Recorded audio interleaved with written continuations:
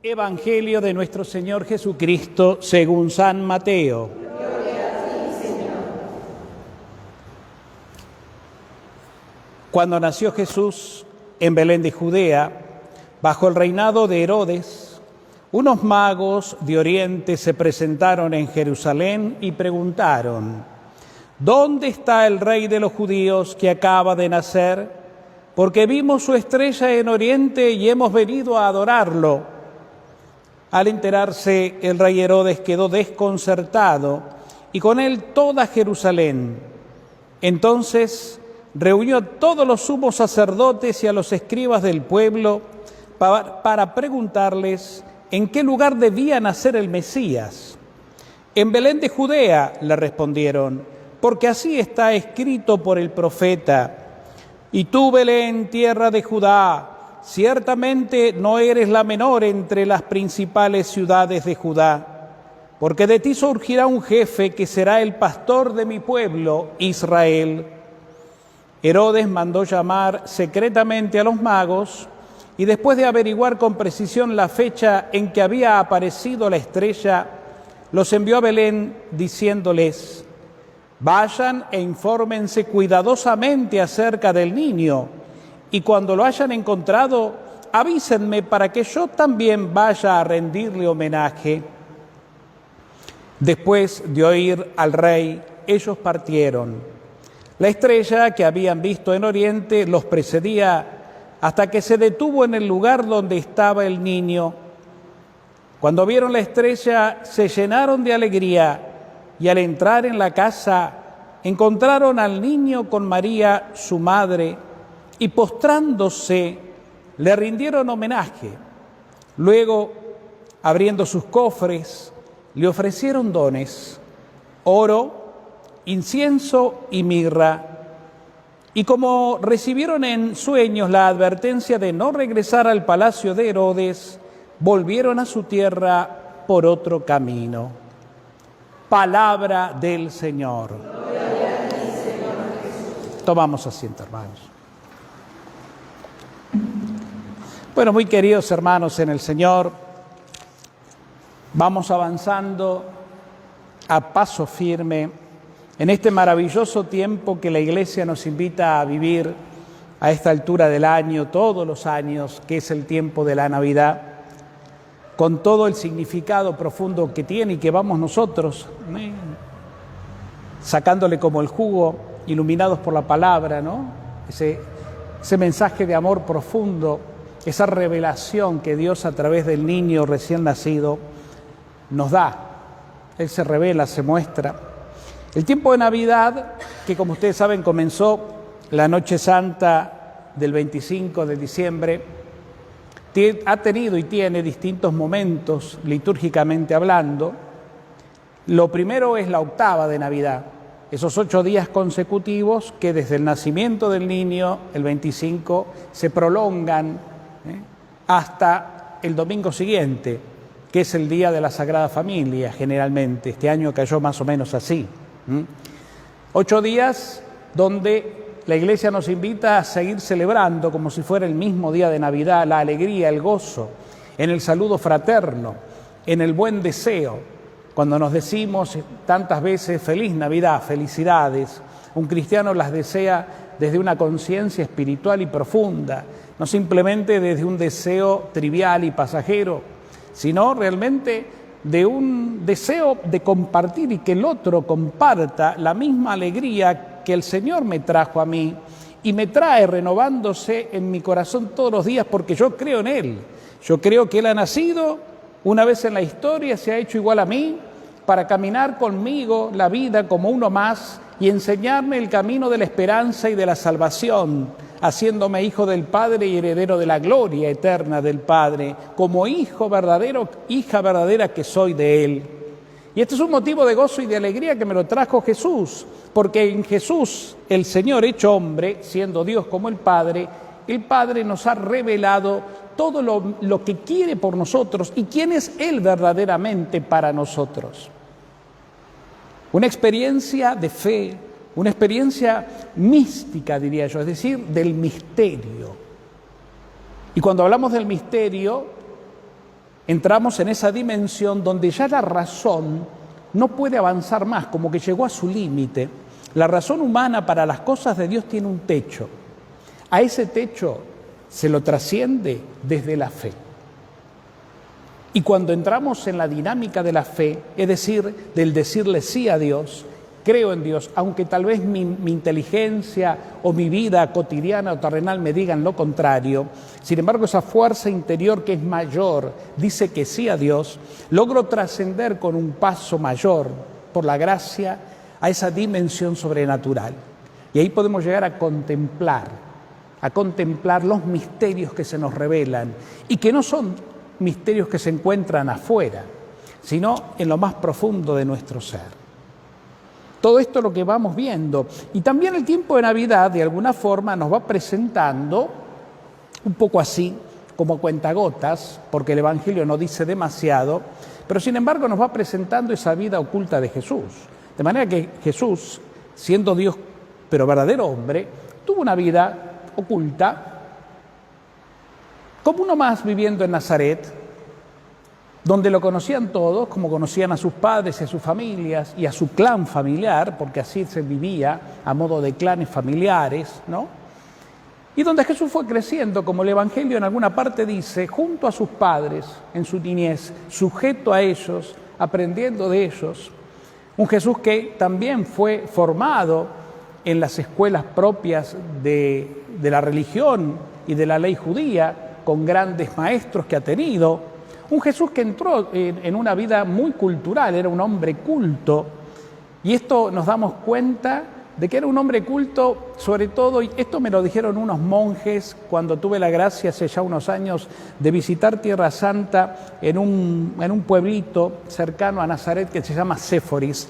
Ahí viven unos monjes que pertenecen a una congregación, dos argentinos precisamente. Yo tuve la oportunidad de pasar todo un día con ellos, y me contaron un montón de cosas, de experiencias, sobre todo arqueológicas y demás, que fueron muy luminosas para mí, ¿no? Y uno de ellos me contaba la cultura de Jesús que tenía, y que la cultura esa se manifiesta, entre otras cosas, cuando Jesús, ante Pilato, antes de ser condenado, cuando Pilato lo interroga, Jesús le contesta en su propio idioma, que era el latín, la lengua oficial del Imperio Romano, que no todos manejaban. Solamente personas que habían llegado a un nivel cultural de estudio y formación, y entonces eso es lo que sorprende de alguna manera también a Pilato. Cuando lo escucha, en ese diálogo breve que tiene, Pilato se siente conmovido y se da cuenta que este no es el reo de muerte que los fariseos quieren entregar como un blasfemo, como un falso, como un hipócrita que quiere alterar las leyes judías y demás. Sino se da cuenta que está ante una persona realmente importante y coherente. Por eso, entre otras cosas, Pilato quiere evitar la muerte de Jesús, porque sabe que es inocente. Sin embargo, la presión que tiene de las autoridades judías y demás hace que él, para no tener problemas con sus superiores, como todos sabemos, se lave las manos, ¿no? Pero entonces entramos en esto. ¿A qué nos lleva esto que les cuento? Que era un Jesús como cualquier persona, como cualquier joven, interiorizado en su vida cotidiana, que estudiaba, se formaba y trabajaba. Un conocido por todo su pueblo, por sus paisanos de Nazaret. Los mismos que más tarde, cuando él ya vuelva así en su vida pública y se da a conocer como el Mesías, son los que entran un poco en escándalo y dicen, pero ¿quién es este? Si este lo conocemos de chico, ¿no es el hijo de María? ¿No es el hijo del carpintero? ¿Y de dónde le sale ahora esta sabiduría que trae? Donde hasta sus propios maestros, fariseos que lo habían formado desde muy chico, se sorprenden y se escandalizan por el mensaje, por el tipo de mensaje que Jesús trae. Un mensaje obviamente innovador y superador de todo lo que era la cultura religiosa judía del momento. Por eso entra en conflicto y entra también en riesgo de muerte y persecución Jesús. Pero ese mismo Jesús, que se da a conocer como tal, antes tuvo una vida privada u oculta, que era uno más, hasta el momento en que sí entiende que el Padre ya determina que se dé a conocer, y ese episodio del antes y el después se lleva a cabo en el bautismo en el río Jordán. Y justamente El próximo domingo, como todos los años, dentro del ciclo litúrgico de la Navidad, domingo siguiente a la Epifanía, es la fiesta del bautismo, donde ahí sí se cierra el ciclo litúrgico de Navidad, para dar lugar ya a la primer parte de lo que llamamos tiempo ordinario, que es el tiempo donde Jesús se da a conocer y comienza a llevar adelante su vida pública, y ya sí empieza a anunciar abiertamente que Él es el Mesías, y empieza a elegir a sus discípulos, y comienza su vida misionera, de anuncio profético a todos de que el reino de Dios ya ha llegado. Entonces el tiempo de Navidad es un tiempo muy rico, muy rico. Y hoy dentro de este tiempo se nos presenta esta fiesta de la Epifanía, que como les decía al comienzo es una palabra griega compuesta que significa gran manifestación. Hay distintas epifanías declaradas por el Evangelio que antes de celebrarse como la estamos celebrando ahora, hace unos siglos, se celebraban las tres juntas. La Epifanía era esta, la de Reyes, donde Jesús, al recibir a los magos, se da a conocer a todos los pueblos.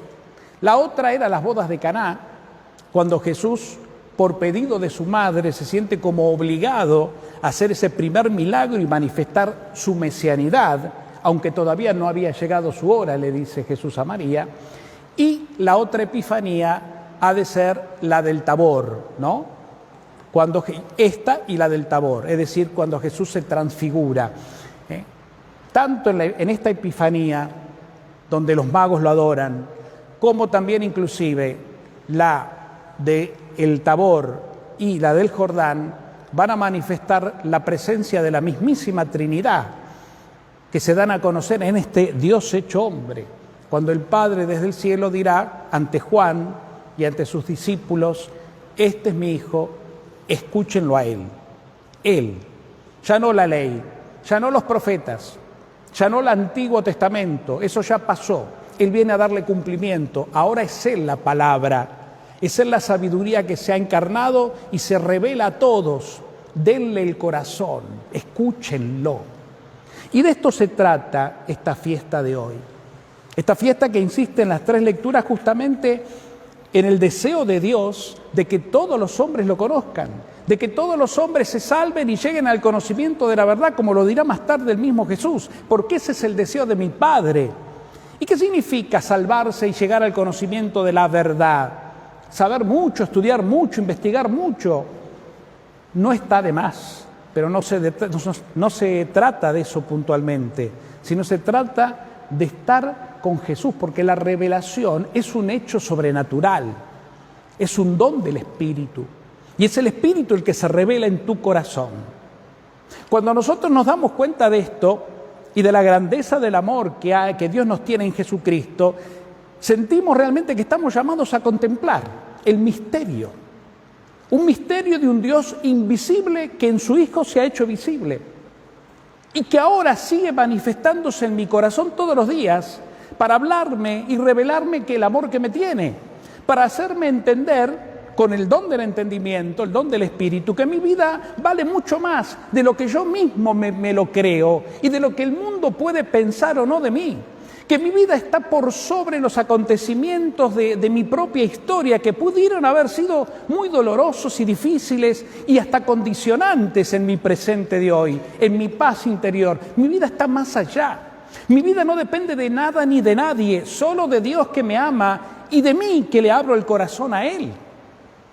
Los magos, volviendo un poco al mito de estos reyes orientales, que no eran reyes, que eran aparentemente astrónomos, que vivían en el lejano oriente y que se dedicaban a estudiar las estrellas, ¿no? y a buscar, y que sí eran instruidos en cuanto a las distintas, digamos, perfiles religiosos del momento, y habían entendido que iba a llegar de lo alto una gran figura y que iba a ser presentada a través de una estrella, como los grandes de aquellas épocas tuvieron su estrella, ¿no?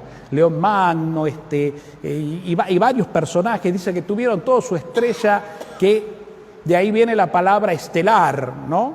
Esta persona es una estrella, porque está como realmente iluminada, ¿no? tiene talento, tiene dones, un artista, etcétera, etcétera. Bueno, un poco de ahí, de esas culturas lejanas, vienen esas costumbres ante el arte y ante ciertos artistas sobresalientes.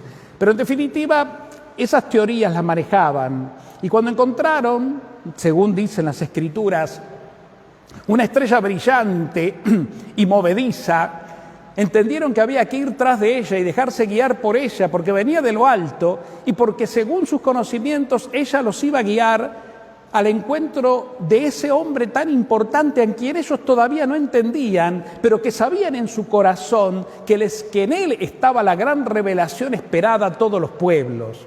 Y por eso se ponen en camino y le llevan los dones que también son significativos. Los dones del oro, porque es un gran rey el que ha de nacer. De hecho, entran preguntando dónde está el rey de los judíos que acaba de nacer. El incienso, que representa su calidad sacerdotal. El sacerdote es el que presenta una entrega, una oblación a Dios en favor de los demás, pues Cristo será quien se presentará él mismo como la oblación, entregando su cuerpo en la cruz, su vida por todos. Y la mirra, que era con la cual se desparasitaban los cadáveres y se los preparaba para después tener una digna sepultura, como también prefigurando su muerte y posterior resurrección. O sea, signos que hay que tomarlos como tales, porque los evangelios, ustedes ya saben, no son narraciones históricas, sino son esencialmente teologías narradas, ¿no? Profundizadas por los evangelistas y escritas, obviamente, con la inspiración del Espíritu Santo, para que los cristianos de su época puedan seguir creciendo y profundizando en su fe. Estamos hablando de una realidad cristiana post-pascual, donde los años habían pasado desde la resurrección de Jesús y había que seguir instruyendo a la comunidad. No se podían quedar solamente con lo que habían visto, sobre todo porque venían generaciones que no habían tenido esa experiencia, que habían tenido tal vez sí sus padres y abuelos. Y entonces son grandes catequesis. Los evangelios hay que leerlo como catequesis, ¿no? Cuando le enseñamos hoy a los nenes nuestras catequesis, tratamos de hablarle de Dios a través de realidades propias que ellos manejan, juegos o cosas que ellos conocen, pero que tienen un trasfondo y que es justamente que lleguen a Dios, al conocimiento del Señor. Bueno, un poco de alguna manera los evangelios son eso, catequesis, teologías profundizadas, hechos tomados de distintas ideas de la antigüedad y llevados y puestos en la persona del Señor. Pero ¿qué nos lleva para ir terminando entonces a nuestra vida este día? Pablo, en su segunda lectura de hoy, tomada de la carta a los Efesios, dice algo muy importante y que parte de una experiencia de él también, espiritual. Él se da cuenta que siendo él judío, fanático judío y en sus orígenes hasta perseguidor de los cristianos, cuando se encontró con Cristo y con el Espíritu de Cristo y se sintió amado y redimido y se convierte en apóstol porque así lo quiso Dios, entiende también que esa vocación lo lleva a ir a anunciar a Cristo no a sus hermanos judíos, sino a los paganos, a los que no eran de raza y naturaleza ni judía ni israelita, sino a los de otras tierras. Por eso Pablo es un gran misionero que dedicará su vida toda hasta la muerte a anunciar a Cristo a los griegos, a los europeos, y los viajes misionales de Pablo son realmente considerables para esa época que le tocó vivir. Pero él no se cansó. Él sabía que todos tenían que conocer a Cristo y se decía a sí mismo, ay de mí, si no predico esto que he recibido gratuitamente. Pablo era consciente de que todos los hombres entonces son destinatarios de la buena noticia del amor de Dios. Y de esto se trata la fiesta de hoy, la gran manifestación en el Hijo, donde está la voluntad del Padre, que todos nosotros seamos sus hijos, que todos alcancemos la salvación, que ya la tenemos, de hecho, y que entonces conozcamos la verdad. ¿Qué es la verdad? Y bueno, ¿qué le da sentido a mi vida? ¿Quién soy yo? ¿Cuál es mi identidad? ¿En qué hago mover mi felicidad? ¿O de qué la hago depender? Preguntas existenciales que tienen una respuesta interior, insisto, que va más allá de lo racional.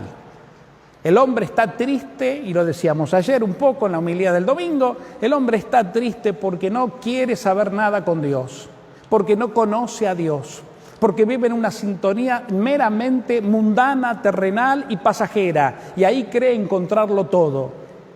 Y lo único que lo lleva a eso es a la decepción, al vacío, y las consecuencias están a la vista.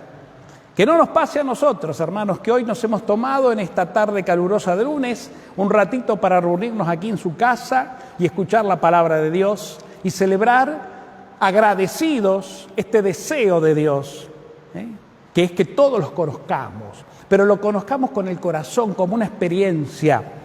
Y a Dios, quisiera compartir con ustedes el pensamiento de algunos místicos que a lo largo de estos siglos, no muy lejanos, han vivido esta experiencia de la manifestación, del Dios que se manifiesta, y la han entendido.